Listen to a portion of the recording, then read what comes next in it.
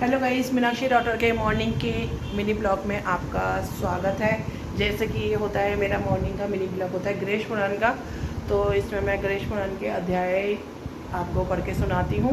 तो आज जो सुनाने जा रही हूँ उसमें है वेद व्यास की बुद्धि का भ्रमित होना, जो कि तीसरे अध्याय का ही एक पार्ट है।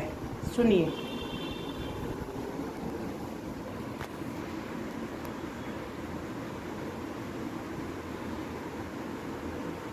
ओम गणेशाय नमः। वेदव्यास की बुद्धि का भ्रमित होना। महाराज, श्री गणेश जी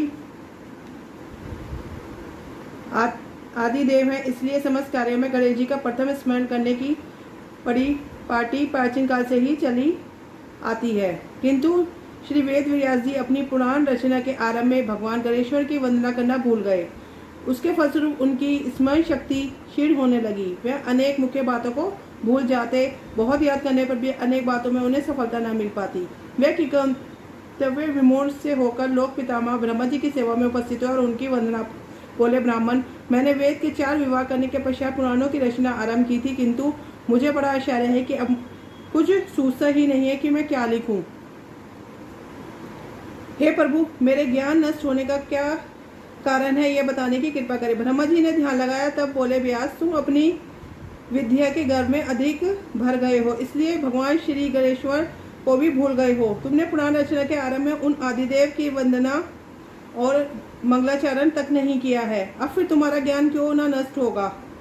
अब तुम गणेश जी को ही पसंद करो। व्यास जी को अपनी भूल का ज्ञान तो हो गया, किंतु उन्हें गणेश जी के विषय में अभी कुछ स्मरण नहीं आया, इसलिए उन्होंने विषय पूर्वक ब्रह्मा जी से पूछा, प्रभु, मुझे गणेश जी के विषय में कुछ भी ज्ञान नहीं है। आप बताइए कि गणेश जी कौन है, उनका स्वरूप कैसा है, उनके चरित्र की विशेषता क्या है। ब्रह्मा जी ने कहा, सत्यवादी नंदन, गणेश जी तो स्वर्गधि प्रसिद्ध एक महामहिम परात्पर ब्रह्मा है। अगम शास्त्र में उन्हें 7 करोड़ मंत्र उपलब्ध है। उनमें शयन, षड्शक्री और एकाक्षरी छंद अधिक सरल है। जो उनकी उपासना करने वाले भक्त हैं, उनके दर्शन से भी समस्त विघ्न नष्ट हो जाते। एक बार शिवजी ने उनकी स्थापना विधि पर प्रकाश डाला था, उसे मैं तुम्हारे प्रति कहता हूँ। हे व्यास, प्रातःकाल शौचादि से निवृत्त होकर पवित्र जल में स्नान करें और शुद्ध वस्त्र धारण करके श्रेष्ठ आसन पर पूर्वाभिमुख बैठकर आचमन प्राणायाम और मानसोपचार द्वारा पूजन करके परम बीज मंत्र के सहित उनके षट्क्षरी या एकाक्षरी मंत्र का अनुसरण विधि पूर्वक जप करें, जब तक भगवान गजानन के स्वरूप को दर्शन हो जाए, तब तक जप अखंड रूप से निरंतर चलता रहे। इस प्रकार की आराधना करने पर भगवान गणेश्वर अवश्य प्रसन्न हो जाते हैं।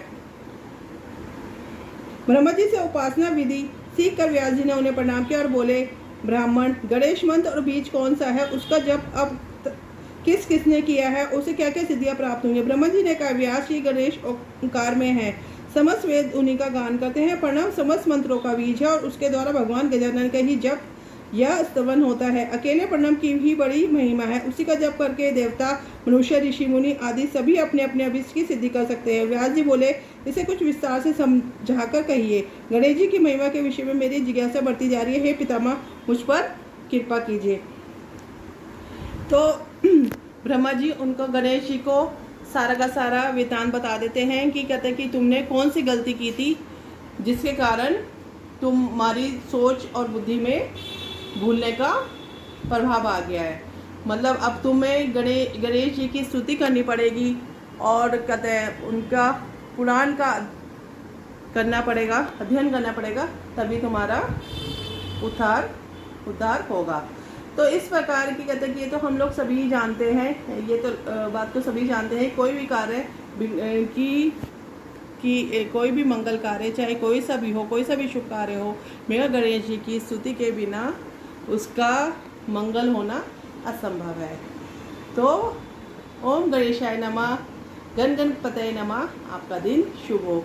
और आज उन्हीं का दिन है।